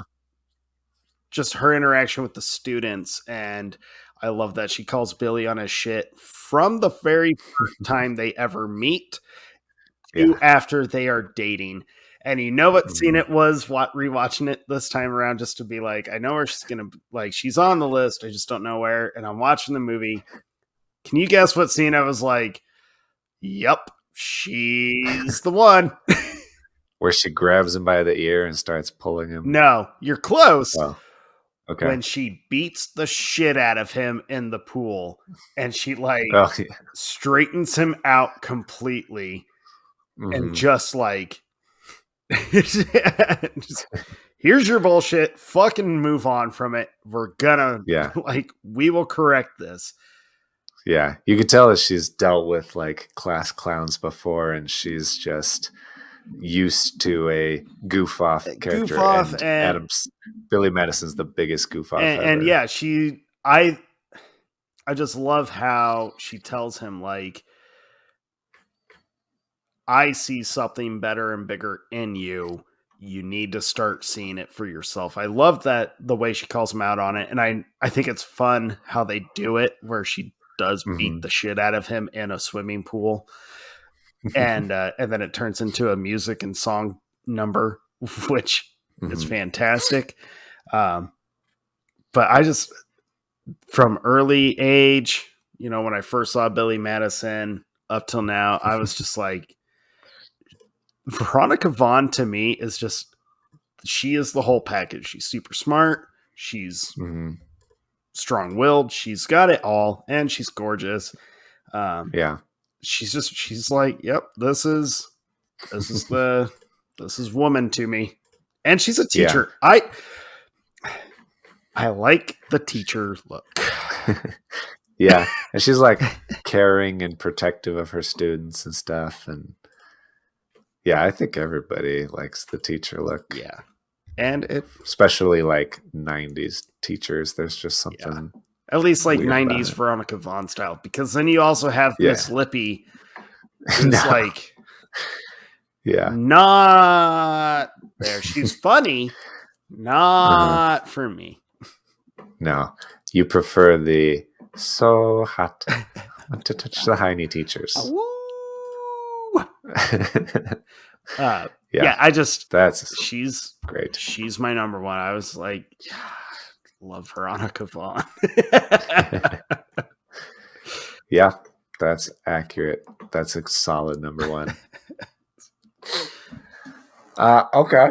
My number one, like you said, they had to move around a lot. It was very hard to decide, but I think because this movie was so formative in my childhood and also because the character is so interesting and a little crazy, a little funny, super sexy, super adventurous. She's kind of the total package. So I put her at number one. My number one is Marion Ravenwood from Indiana Jones and the Raiders of the Lost Ark. The second Marion on my list, I will say, went from 10 to 1 between Maid Marian and Marion Ravenwood. It's the hair again, isn't it? Well, the hair doesn't hurt, I will say. Her hair is like less, I don't know, less 80s frizzy. It's more like, I don't know, the way Karen Allen plays her, and she's just so cute with her like face and freckles and everything. Mm-hmm. And she has like, when you're introduced to her, she's in like, I don't even know where she's at. She's in a bar having a drinking till you pass out competition, pretending to be close to passing out and winning a bunch of money because she can drink anybody under the Right. table. So you know that she's like, been around the block, I guess, been taking care of herself for a long time. Uh, and then when Indiana Jones meets her, they're just like bickering, I guess, is really fun. And then when she tells him that she's going to come with him on this adventure as his partner because she has the medallion or whatever, their whole journey through the movie and kind of rekindling of her previous romance, which is kind of an inappropriate romance. I never picked up on it as a kid, but they talk about it in the movie, and you kind of realize later on that she was pretty young when they first, when she kind of fell in love with him, and then, and I guess he was friends with her dad, more of like a son to her dad, but obviously older than her at the time. Right. But I think that their dynamic still works so well, and I love how she just is not afraid to pick up a pan or a sword or whatever and fight off these guys trying to kidnap her, and uh, she's just up for the adventure, which I think is a huge bonus for her to be like, okay, let's go. Yeah. We're just gonna go. I'm gonna come with you, and I contribute to the adventure, and not just be like being drug along or something. She's just there doing it with him. I think that's really cool. And she's so interesting and entertaining, and like her whole demeanor of just encouraging him, and their, I guess, romance is very romantic and It's fun to watch. cute as well. It's very fun. It's fun to watch. So yeah, and then she like flirts with the Belloc and the Nazis and stuff to just kind of get out of stuff. She's just kind of feisty and scrappy. Well, you can tell that she's like, well, you said it. She knows how to take care of herself because she's had to, and she's able to navigate her own way. Being with Indy is, the silly situations that she gets herself in a couple times, like being carted away in a basket. Those are just like happenstance, but her as a whole, she's very much like, well, if I'm screwed, I might as well get what I can out of this, and I'll do what I can to get out of it. Marion is a fun choice, Jake. She is a good choice. I think that's a great one, minus the hair. Granted, her hair in that one is not as intensely 80s poofy. It's a little controlled, but I love her opening scene in the bar. I love her playing the game and her whole attitude change when Indy shows up, and how she's instantly able to like fight and kind of do what she needs to do when the Nazis show up. Good pick, Jake. Good pick. Yeah. She's got a great smile too. Big mouth. She does have a good smile. She's great. Would you judge me if I said, and this is funny because I just judged the 80s hairstyle a few times, but would you judge me if I said I'm oddly more attracted to her in Scrooged than I am in Indiana Jones? No, I would not judge you at all. I think that it's the same level, same look, basically. But maybe the character is more attractive to you. I could see that. Because she's definitely attractive to me in Scrooged. Yeah, I think so. That's fine. And she wears a hat to cover the hair up, and it's in like a ponytail a handful of times, so it's not as... It's winter. I'm telling you, the 80s hair was just like, wow, guys. Then again, special. In like 20 years when people look back on all the photos of all the guys doing like the super fancy fades and like the whatever the fuck it's called, where they put the lines in their head and shit, and they're like, what the hell happened? It's the same thing. Yeah. It's cyclical fashion. Yeah. Yeah. Garbage. All right. Well, So those are our top 10 crushes. Embarrassing or not, I'm going to stand by them. Yeah. Do you have any honorable mentions besides the that we ones didn't talk that about yet? you stole, or that we Yeah. shared ish? I do have one. I wanted her to be on the list, and obviously there's a ton. I think it's funny neither of us had Jessica Rabbit. I was almost having Jessica Rabbit. It definitely was a contender, but then all I could think about was the scene where she like goes crazy and looks all weird, and I couldn't get that picture out of my mind. So then I was like, no, I can't do that. That's too weird. I'm with you on that one. Plus, It's just disgusting. I've just never thought she was the prettiest cartoon. Yeah. I think it's funny neither of us had Lola Bunny, but we both mentioned her as like, I mean, it's Lola Bunny. Watch the original Space Jam. It's the only one you should ever watch. Yeah. Yeah. But to what I was saying earlier, I wanted her on my list so bad, but I felt weird for some reason because she was so young.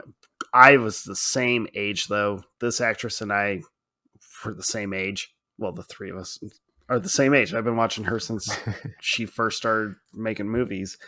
So I didn't put her on because I was just like, I don't know. It felt weird to me. But if I think back when I was a little kid at this age and I watched the Parent Trap remake, Lindsay Lohan as the twins in that movie is like, that's always been like, I really wish Lindsay had never gotten into fucking cocaine and the shit she did. Because Mean Girls, Lindsay Lohan is like peak Lindsay Lohan. Right. Well, you can even go with like Freaky Friday. You could even venture into Herbie Fully Loaded. Yeah. Same era. But then the drugs kicked in, and drugs are bad. Okay. But when I was a little kid, I remember watching that remake of Parent Trap and just being completely like, holy crap. You know, I was, what year did that come out? Like 95? Sounds right. I was 8. Yeah, 98. 98. Oh, okay. So I was 9. Being a 9-year-old boy and watching her, knowing that she was the exact same age that I was just like, yeah. So I would say the 9-year-old me would have been like, she's number 1, but me is like, no, because you're a 35-year-old and that'd be weird to have that on my list. That's true. Yeah, I did not have any children. I guess Anne Shirley is kind of a child, but she grows up and I worked around it. But okay, is that all? I think so. I'm sure I had more, but yeah. Sure we talked about Tina Carlisle. I was also going to say Captain Carmen Ibanez, Denise Richards from Starship Troopers. That has to be there. Yeah. And Charlie Kelly McGillis from Top Gun. Yeah. That's a good one. Yeah. Fuck, I didn't even think of great in Top Gun. Fuck, that's a good one. Well, I think my list still stands. Yeah, she was close. She's a good one. Yeah. I would say like it's also early 2000s, but I mean, Sarah Michelle Gellar as Daphne and Scooby Doo. It's like she's pretty awesome. I thought I had a few, but I think I said all of them because you kept putting mine on your fucking list. That's all right. Yeah. Was I right about why you didn't put Allie on your list? Yeah. Yes. Basically. Yeah. Okay, I was right about one thing. I was totally wrong about Lola Bunny. You threw me a curveball and put Maid Marian. I was pretty positive you were going to have Lola, and you didn't. Mm-hmm. And I commend you for throwing me a curveball but I'm mad at you for making me look like a fool. That's okay. You can't win them all. It's true. Okay, so next episode we are keeping the appreciation of the female character alive, but it's not going to be quite so endearing. No, not our crushes, but our top 10 favorite femme fatales or female villains. Our next episode, and that should be very fun. We did a top 10 villains episode, and I don't remember who was on my list. I don't even remember if there were any women on my list. I had one. And okay. You've already looked. Oh, yeah. Actually, I didn't even have to look because I just knew. Okay. When we decided to do femme fatale, I was like, oh, she's an obvious one. And was like, I can't have repeats. I've done that with Happy Gilmore way too often. But yeah, I did have one female villain on mine, so I'm making sure not to put her again.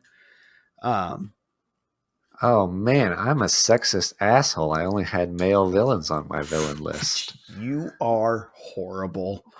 Horrible. I did have an honorable mention, I guess, of a lady. But I will redeem myself on my femme fatale because I'm very excited. I have at least 5 solid ones picked out, and the rest. Oh yeah, I've already my list has already been getting filled in. I only have a few more to actually top it off, but I'm excited for it. I think it'll be fun.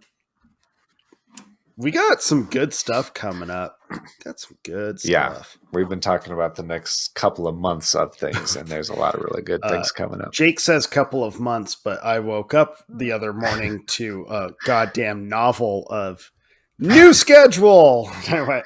I guess we planned out through July, so a little bit more than a couple of months. You went into October. You skipped a few, and then you jumped into October, and I was like, I'm at work. I had a little bit of downtime, went to start reading what you had sent me, and then I got busy at work, and work just got crazy, and was like, I don't have time to read his. I'm not going to worry about October right now. It is March. But it did crack me up waking up and just seeing broken up novelization of what's to come. All right. Yes, I like that idea. We should do it this way. Yes. Okay. Good. I'm glad that you liked it overall. So yeah, stay tuned. Lots of really fun things coming up. Yeah. And a really good variety, I think, of it's an interesting different things. Mix of stuff that's coming up. That is for sure. Yeah. And then also get merch on the merch store if you haven't done that, because we are going to change it up in May, end of May, around Memorial Day. Yeah. The current selection, this logo, the Doomsday Boners Day logo, that's going to go away and be replaced with something else and never come back again. So if you want it, you better get it. Sounds so daunting. It is. Listen up. Limited. Scar of movie boners. Yeah. That's Runaway logo. Runaway. Never come back. You are just a movie encyclopedia. Things just pop in. Lethal Weapon 3 of all things. That one even took me off guard. I'm not gonna lie. Yeah, I can't even remember the last time I watched Lethal Weapon 3. It's a good movie. It is a good movie. You're not wrong about that. Okay. I think that's all. I think that was it. Anything else? No. Okay. Go buy your shit. Follow us.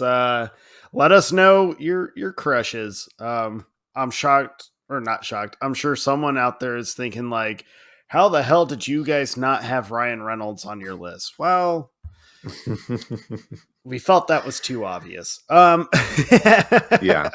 I did toy with the idea of a man crush a couple of times. Yeah. And then I just kept it super hetero. So yeah. Maybe we'll do a full episode dedicated to it at some point. Oh, Lord. I'm going to wake up tomorrow to a whole new schedule. Guess what? We're doing this next month. All right, guys, Just we kidding. appreciate you. Thank you. Let us know who your crushes are, were, whatever.